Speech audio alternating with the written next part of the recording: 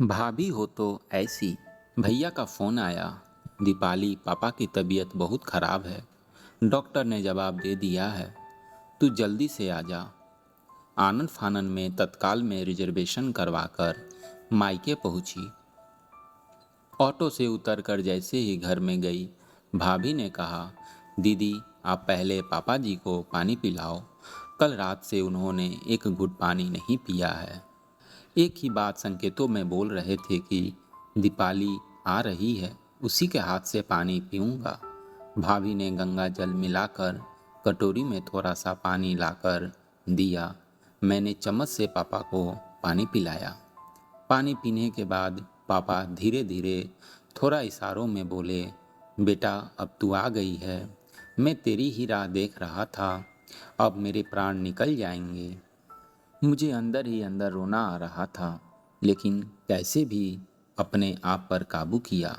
दूसरे दिन सुबह ही पापा हम सबको छोड़कर चल गए। 12 दिन तो लगातार रिश्तेदारों का आना जाना शुरू था। इतने लोगों के बीच रह रह कर मुझे बार बार एक ही बात खाए जा रही थी कि अब मम्मी का क्या होगा। पापा के बिना मम्मी कैसे रहेगी, क्योंकि चौबीसों घंटे दोनों साथ ही में रहते थे। क्या भैया भाभी मम्मी से कुछ अच्छे से बर्ताव करेंगे?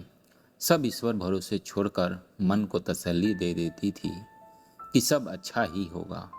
वैसे भी अपना समाज अभी उतना उदारवादी नहीं हुआ है कि एक माँ बेटी के यहाँ आकर रहे। मम्मी खुद भी इस बात के लिए राजी नहीं होती। बेटा बहू चाहे जैसे भी रखे, रहेगी तो अपने खुद के ही घर में। वापसी के पहले दिन मम्मी ने भैया से कहा, पापा की संपत्ति में से उनकी निशानी के तौर पर दीपाली को कुछ दे दो। वैसे भी आजकल दीपाली की स्थिति कुछ खास नहीं चल रही है। तेरे पापा ने भी कहा था कि हम दीपाली की कुछ मदद कर देंगे, लेकिन वे कुछ कर पाते इसके पहले ही मैंने विरोध दर्शाते हुए कहा, मम्मी मुझे कुछ नहीं चाहिए। पापा ने मुझे बहुत कुछ दिया है, मुझे पढ़ाया लिखाया, अच्छे घर में एवं बहुत धूमधाम से शादी की, और सबसे बड़ी बात, बहुत अच्छे संस्कार दिए। हाँ, दीपाली ठीक कह रही है। इसकी शादी में पापा ने दिल खोलकर पैसे खर्च किया था, और वैसे भी कानूनन जो लड़कियां मायके से अपना हिस्सा लेती है, उनका मायके से संबंध खत्म हो जाता है। मुझे और मम्मी को दोनों को भी भैया से ऐसी उम्मीद न थी। मैंने मम्मी की ओर देखकर इशारों में कहा कि ये सब भाभी का ही सिखाया हुआ होगा, जोरू का गुलाम जो ठहरे, क्योंकि मेरे भैया तो पहले ऐसे न थे। वे तो मुझ पर जान लुटाते थे। इतने में ही भाभी, जो इतनी देर से चुपचाप सब सुन रही थी, अचानक बोल उठी, आपकी बात 16 आने सही है जी।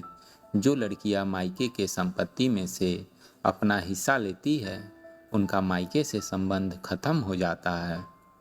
भाभी से ऐसा सुनकर मैं और मम्मी फिर से एक दूसरे को देखने लगे।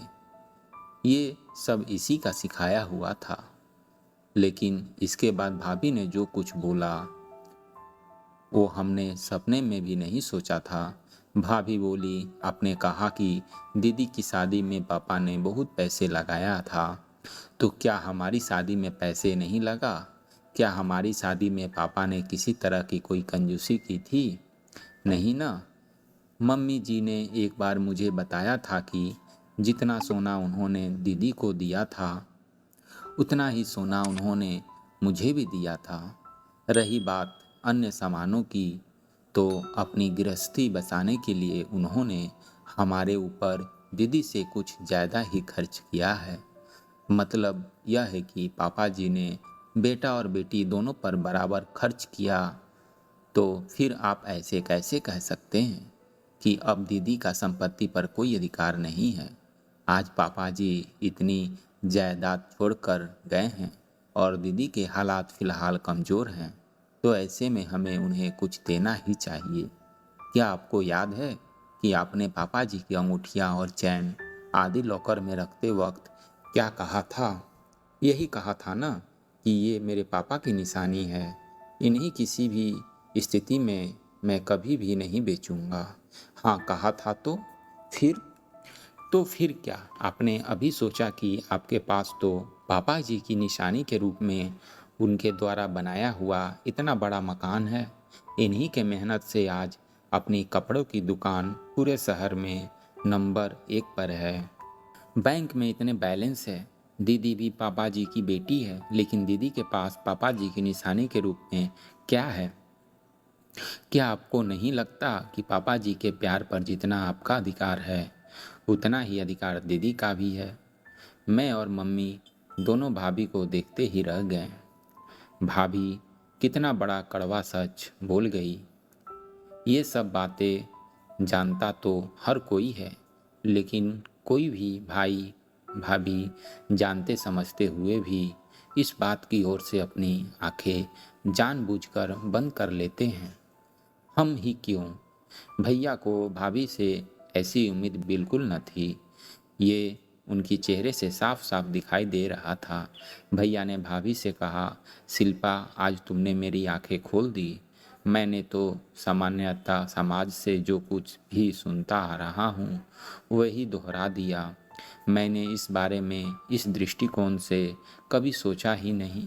सच में मेरे पास तो पापा की निशानी के रूप में मकान और दुकान सब कुछ है, लेकिन दीपाली के पास तो कुछ भी नहीं है। इसलिए मैं उसको पापा की अंगूठिया और चैन दे देता हूँ। मैं सोचने लगी कि क्यों हम सब भाई को किसी भी गलत बयान के लिए या गलत निर्णय के लिए भाभी को ही दोषी मानते हैं। भाई को जोरू का गुलाम कहते हैं। हर वक्त भाभी ही कसूरवार नहीं होती, भाई भी कसूरवार हो सकता है। दोस्तों, ये कहानी अच्छी लगी हो तो हमें कमेंट करके बताएं और इस चैनल को सब्सक्राइब करें ताकि जब भी ऐसी कहानी आए तो आप तक पहले पहुँचे। धन्यवाद दोस्तों।